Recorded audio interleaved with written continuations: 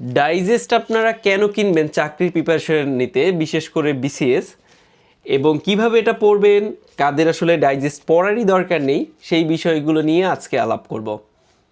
আমি আগে 10টা সাবজেক্ট পড়তাম আলাদা আলাদা প্রিপারেশন যখন শুরু করেছিলাম। তো একটা সময় পর দেখা গেল কি আমি রিভিশন করতে পারছি না ঠিকমতো। এছাড়া বাংলাদেশ এবং আন্তর্জাতিকে বিশেষ করে দুর্বলতা রয়ে গিয়েছে। তারপর একটা ভাইয়ের সাথে যখন শেয়ার করি, তিনি বললেন তুমি একটা ডাইজেস্ট কেনো। ডাইজেস্ট কিনলে খুব দ্রুত রিভিশন দিতে পারবে এবং ডাইজেস্টে খুব কনফিউজিং যে বিষয়গুলো সেগুলো এক জায়গায় দেয়া আছে, যেটা যদি তুমি পড়ো তাহলে তোমার কিন্তু ওই কনফিউশনটা থাকবে না এবং তুমি পরীক্ষায় ভালো করে আসবে। তার কথা অনুযায়ী আমি ডাইজেস্ট কিনে পড়া শুরু করে দেই এবং সত্যি কথা বলতে এই ডাইজেস্ট বেস যখন পড়াটা নিয়ে আসি, আমি কিন্তু শুধু ডাইজেস্ট পড়িনি, ডাইজেস্টের পাশাপাশি অন্য বইয়ের এমসিকিউ এই ডাইজেস্টে দাগিয়ে দাগিয়ে পড়েছি। এর ফলে দেখা যায় কি ডাইজেস্টে আমি বাংলাদেশ বিষয় বলি, আন্তর্জাতিক বিষয় বলি, বাংলা, এই বিষয়গুলো আমি খুব দ্রুত রিভিশনের আওতায় নিয়ে আসতে পেরেছি। এখন আপনারা অনেকেই হয়তোবা তাদেরকে গালি দিবেন যারা শুধু ডাইজেস্ট পড়ে টিকে গেছে। তা আপনারা তো একসাথে 10টা 15টা বই কিনে পড়েছেন, তারপরে অনেকগুলো পিলি দিয়েছেন, ফেল করেছেন, কিন্তু এটা সত্যি যে ডাইজেস্ট পড়েও টেকা সম্ভব। কিভাবে সম্ভব? ডাইজেস্টে মূলত কন্টেন্টটা থাকে এভাবে যে আপনার সবচেয়ে গুরুত্বপূর্ণ বিগত সালের যে প্রশ্নগুলো আছে সেগুলো আপনার ডাইজেস্টে কিন্তু আছে। এছাড়াও সেই গুরুত্বপূর্ণ প্রশ্ন বাদেও পরীক্ষায় আসার মতো যে সম্ভাব্য প্রশ্ন সেটা এখানে দেয়া আছে। তো ডাইজেস্টটা মূলত বলতে পারেন যে মেধাবী স্টুডেন্ট যারা আছেন তাদের একটা নোটবুকের মতো।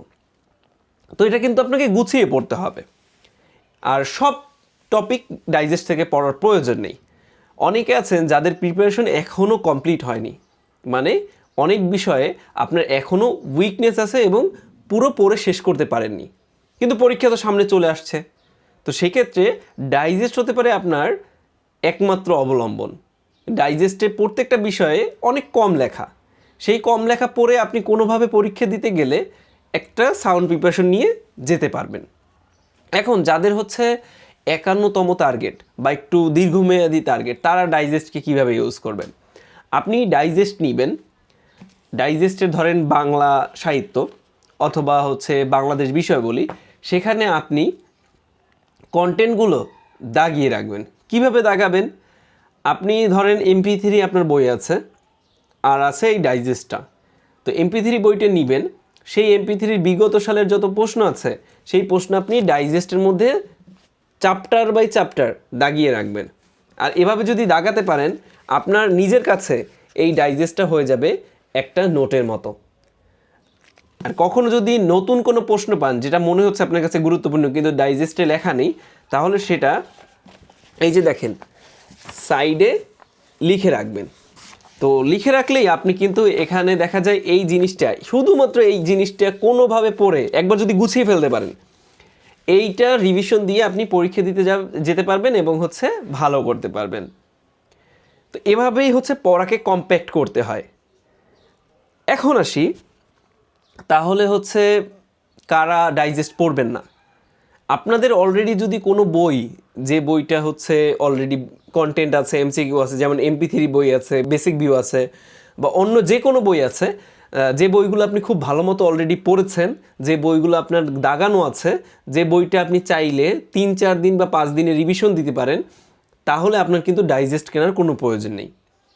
ডাইজেস্ট শুধু তারাই কিনবেন যারা অনেক নতুন, যারা জানেন না কি পড়তে হবে, অনেক মহাসমুদ্রে পড়ে গেছেন এরকম মনে হয়, যাদের পড়াটা একটু গুছিয়ে আনাটা দরকার, তারা ডাইজেস্টটা কিনবেন। এই ডাইজেস্টটা আননেসেসারি কোনো বিষয়ে আলাপ নেই, যেখানে দরকার সেখানে খুব বিস্তারিত আলোচনা করেছে।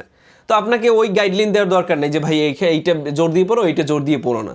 ডাইজেস্টের প্যাটার্নটাই ওরকম করে সাজানো। আর এই ডাইজেস্ট পড়লে কি অন্য চাকরির প্রিপারেশনে হেল্পফুল হবে? হ্যাঁ হবে, হেল্পফুল হবে।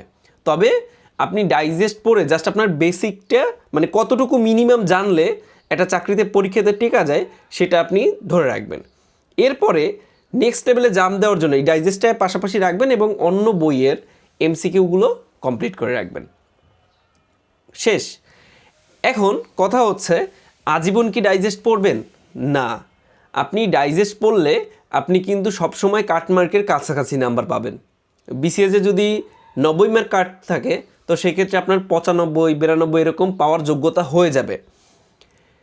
ডাইজেস্ট পড়ার পরে এবং অন্যান্য বই পড়ার পরে যদি আপনি কোনো সময় বিসিএস টিকেও যান বা কোনো পিডি টিকেও যান, আপনার টার্গেট হওয়া উচিত এই ডাইজেস্টটাকে শুধুমাত্র আপনার উইকনেস যে সাবজেক্টগুলোতে আছে সেগুলোর জন্য পড়া এবং এরপরে গিয়ে অন্য অন্য বইগুলোতেও হাত দেওয়া, যেটা ডিটেলস বই। আমি হচ্ছে লাস্ট 50তম বিসিএসের যে প্রিপারেশন সেখানে কিন্তু ডিটেলস অন্য অন্য বই নিয়েও আলাপ করেছি, সেই বইগুলো আপনাকে কিন্তু পড়তে হবে। তবে এই ডাইজেস্ট পড়লে আপনার যে কোনো বইয়ের 50 থেকে 60% যে কন্টেন্ট আছে, গুরুত্বপূর্ণ কন্টেন্ট, সেগুলো শেষ হয়ে যাবে আর আপনিও অনেক বেশি রিল্যাক্স থাকতে পারবেন। আরেকটা কথা হচ্ছে আপনি কোন ডাইজেস্ট কিনবেন। আমি কিনেছিলাম হচ্ছে প্রিসেপ্টরস ডাইজেস্ট, বইটা খুবই সুন্দর সাজানো, এই জন্য আমার খুবই পছন্দের। এছাড়াও আপনি অ্যাসুরেন্স কিনতে পারেন, ইউনিকের একটা ডাইজেস্ট আছে সেটাও কিনতে পারেন, ইনসেপশনের ডাইজেস্ট আছে। সবগুলো ডাইজেস্টই মোটামুটি কাছাকাছি। যে ডাইজেস্টে পড়ে আপনি কমফোর্টেবল ফিল করেন সেটা লাইব্রেরিতে গিয়ে কিনে নিলেই হবে। তো এটা নিয়ে আমি বাড়তি কোনো সাজেশন দিব না। ধন্যবাদ।